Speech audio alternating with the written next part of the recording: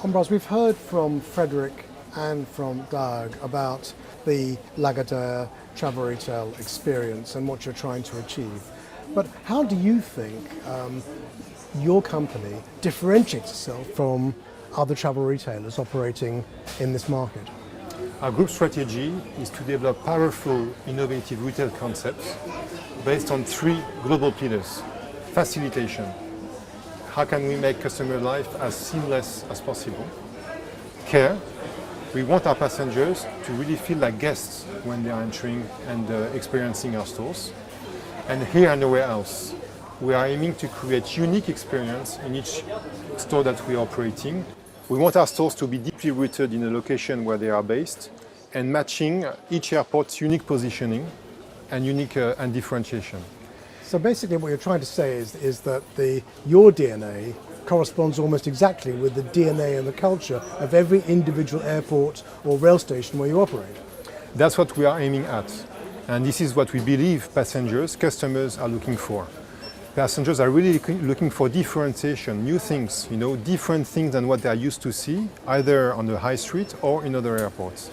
And this is what we have done here in Paris with Groupe ADP through a common joint venture. We have created, by Paris Duty Free, a retail concept only located in Paris that is deeply rooted in the Parisian shopping experience. We want this store to be the ultimate Parisian shopping experience. Well, in fairness, 50% of the store is dedicated to perfume and cosmetics, but it's the side of the store where you're on that really does highlight this store's uniqueness. It's beautifully designed and the product range is extraordinary. Everybody will take a real memory back of the city they've just visited. I think you're highlighting two very important points. Yes, the design, and really we're working on a specific design in each major platform where we are operating. This one, as you can see, is different from something that you can find in other platforms. And the offer, definitely. Around me, I'm surrounded here by local French products, which is a very significant part of our sales here and a very significant expectations from our customers. Just one word though on the perfume cosmetics part. Even though these brands are more global brands, we're still aiming either to introduce more local brands or to present these global brands in a unique way. And we are working very well with all of these brands to present them differently here than they are maybe presented elsewhere. But as I said earlier, it's by airport almost that you decide to adapt and adopt new innovative ideas. What else have you got that you'd like to talk about? Outside of Paris, actually we are applying this very similar strategy about these three global levers under the same retail brand Alia Duty Free that we are customizing to each platform. We just opened actually a fantastic shop in London Luton, and we opened a few months ago the same retail brand in Nice, but if you go in each place you will see it will look completely different. In Auckland, we opened Alia Duty Free as well, and again the expression of Alia Duty Free, the DNA is the same, but the expression, the face of this concept is really localized. Another major leg of your business is fashion.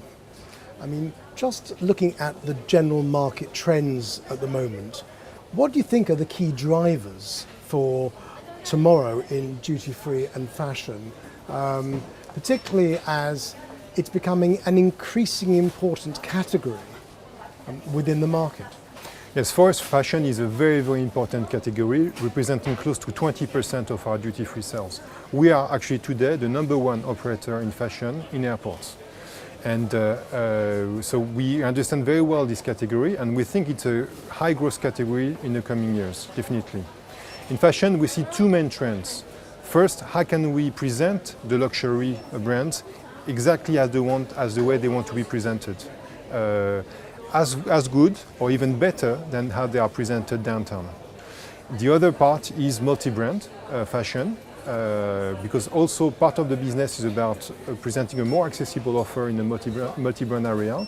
And for this part, we have also created a dedicated retail concept, some of them that you will be able to see in Singapore, for example, and that we are deploying actually worldwide, under the fashion gallery or the fashion place, depending on the positioning that we want to take. So again, looking forward, what does the future hold for Lagardère travel retail? I think our #1 priority and #1 challenge is innovate. how can we keep innovate in this market? Either by bringing new brands to this market, and this is what we have done here in Paris, for example, with M&M's. We opened the first M&M store in an airport in the world. This is what we have done with Disney. We opened the first Disney store in an airport in the world. So again, how can we bring new brands that people do not expect to see in an airport, And secondly, continue to innovate to create new interesting experiences. Customers today are looking for experiences. They don't want just a product, they want more than a product. They want to have an emotion when they buy, especially when they buy at an airport.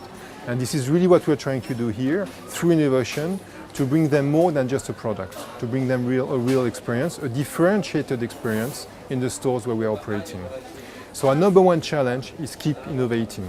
If there was one single word that you thought best defined the ethos of Lagardère Travel Retail, what would it be? Innovation. And I would say another one, a second one, however, localization. Keep innovating, keep localizing, keep customizing our retail solution, our retail offer to each platform. This is really what we are trying to do every time we are looking at a new project.